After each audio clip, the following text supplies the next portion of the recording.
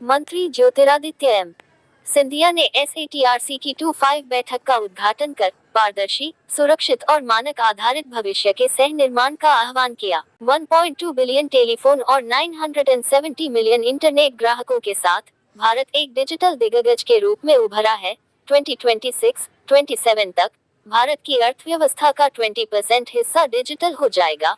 मंत्री Scindia non terrestrial network NTN जैसी नई तकनीक न केवल हमारे देशों को असंबद्ध क्षेत्रों से जोड़ने में सक्षम बनाएगी, बल्कि संयुक्त राष्ट्र SDG के प्रति हमारी प्रतिबद्धताओं को पूरा करने की हमारी सामूहिक यात्रा को भी आगे बढ़ाएगी।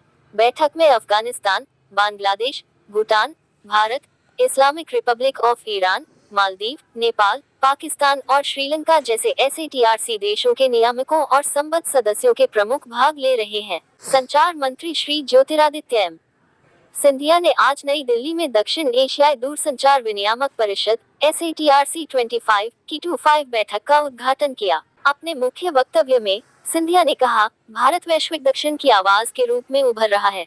SATRC 25 ज्ञान साझाकरण और उभरती नीति और विनियामक चुनौतियों पर अभिनव दृष्टिकोणों के संगम के लिए एक उत्कृष्ट मंच के रूप में काम करेगा।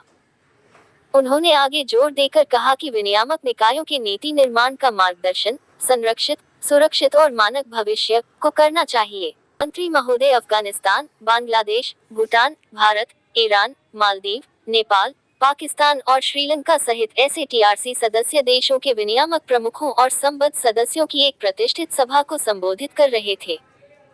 इस अवसर पर उपस्थित अन्य गणमान्य व्यक्तियों में संचार और ग्रामीण विकास राज्य मंत्री डॉक्टर चंद्रशेखर पेम्मासानी, एशिया प्रशांत दूरसंचार APT के महासचिव श्री मसानोरी कोंडो, बांग्लादेश दूरसंचार विनियामक आयोग के अध्यक्ष मेजर जनरल सेवानिवृत्त मोहम्मद इमदाद उल बारी, ट्राई के अध्यक्ष श्री अनिल कुमार लाहौटी और ट्राई के सचिव श्री अतुल कुमार चौधरी शामिल थे। अपने संबोधन में मंत्री महोदय ने डिजिटल अवसंरचना विकास में भारत की बढ़त को रेखांकित करते हुए ब्रॉडबैंड पहुंच का विस्तार करने, विनियामक ढांचे को बढ़ाने और एक समावेशी डिजिटल पारिस्थितिकी तंत्र को बढ़ावा देने के लिए देश की प्रतिबद्धता पर प्रकाश डाला। असाधारण 1.2 बिलियन टेलीफोन और 970 मिलियन इंटरनेट ग्राहकों के साथ भारत एक डिजिटल महाशक्ति के रूप में उभर रहा है, जिसकी विशेषता एक तेजी से विकसित हो रही डिजिटल अर्थव्यवस्था है जो एक दशक पहले के सिर्फ 3.5% से एक प्रभावशाली छलांग लगाते हुए अब हमारे समग्र आर्थिक परिदृश्य का 10% हिस्सा है। चूंकि हमारी डिजिटल अर्थव्यवस्था राष्ट्रीय अर्थव्यवस्था की तुलना में 2.1 गुना तेज गति से फल फूल रही है, इसलिए हमारा अनुमान है कि यह 2026-27 तक आश्चर्यजनक रूप से 20% तक पहुंच जाएगी।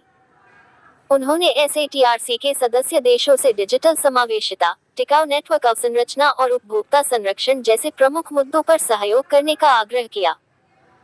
उन्होंने कहा, दक्षिण एशिया को एक संबद्ध, लचीले और टिकाऊ भविष्य के निर्माण के अपने प्रयासों में एकजुट होना चाहिए। उन्होंने एक ऐसे क्षेत्र की कल्पना की जो साझा मूल्यों और आपसी समर्थन पर पनपता है। श्री सिंधिया ने ये भी कहा कि दक्षिण एशिया वैश्विक ICT विकास में महत्वपूर्ण भूमिका निभाता है और ऐसे नियमों की आवश्यकता पर बल दिया जो समावेशिता सुनिश्चित करते हुए नवाचार को प्रेरित करते हैं।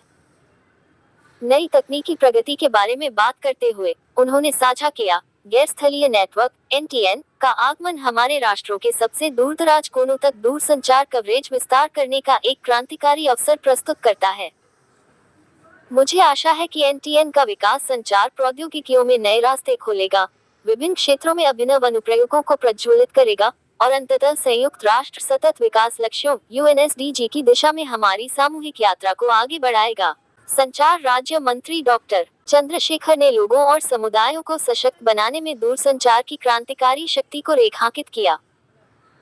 उन्होंने दक्षिण एशिया में डिजिटल परिवर्तन को आगे बढ़ाने के लिए भारत की प्रतिबद्धता पर प्रकाश डाला, साथ ही ऐसी विनियामक नीतियों का आह्वान किया जो नवाचार को उपभोक्ता संरक्षण के साथ संतुलित करती हो।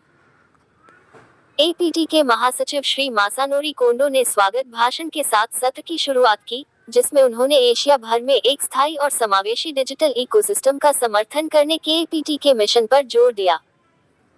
उन्होंने निर्बाध संचार की सुविधा प्रदान करने और आर्थिक विकास को बढ़ावा देने वाली सामंजस्यपूर्ण नीतियां बनाने के लिए क्षेत्रीय सहयोग का आह्वान किया। ट्राई के अध्यक्ष श्री अनिल कुमार लाहोटी ने भी ट्राई की ओर से उपस्थित लोगों का स्वागत किया तथा डिजिटल संसाधनों तक समान पहुंच सुनिश्चित करने और डिजिटल विभाजन को पाटने के लिए सीमा पार साझेदारी को बढ़ावा देने में भारत की भूमिका पर जोर दिया। एसएटीआरसी के अध्यक्ष मेजर जनरल सेवानिवृत्त मोहम्मद इमदाद उल बारी, जो बांग्लादेश दूरसंचार विनियामक आयोग के अध्यक्ष है, ने एसएटीआरसी की 2 दशकों की प्रगति पर विचार किया तथा क्षेत्र में भविष्य के सहयोग के प्रति आशा व्यक्त की, जिससे दक्षिण एशिया में नागरिकों के जीवन में सुधार के लिए डिजिटल परिवर्तन का लाभ उठाया जा सके। एशिया प्रशांत दूरसंचार समुदाय द्वारा आयोजित और भारतीय दूरसंचार विनियामक प्राधिकरण ट्राई द्वारा मेजबानी किए हुए इस कार्यक्रम में दूरसंचार विनियमनों और नीतिगत चुनौतियों पर चर्चा करने के लिए पूरे क्षेत्र के विशेषज्ञ, अंतर्राष्ट्रीय प्रतिनिधि, उद्योग प्रतिनिधि और सेवा प्रदाता जुटते हैं। 11 से 13 नवंबर 2024 तक चलने वाली 3 दिवसीय बैठक में रेडियो आवृत्ति समन्वयक, दूरसंचार विकास रणनीतियों, विनियामक प्रवृत्तियों और अंतर्राष्ट्रीय दूरसंचार मामलों जैसे मुद्दों पर ध्यान केंद्रित किया जाएगा।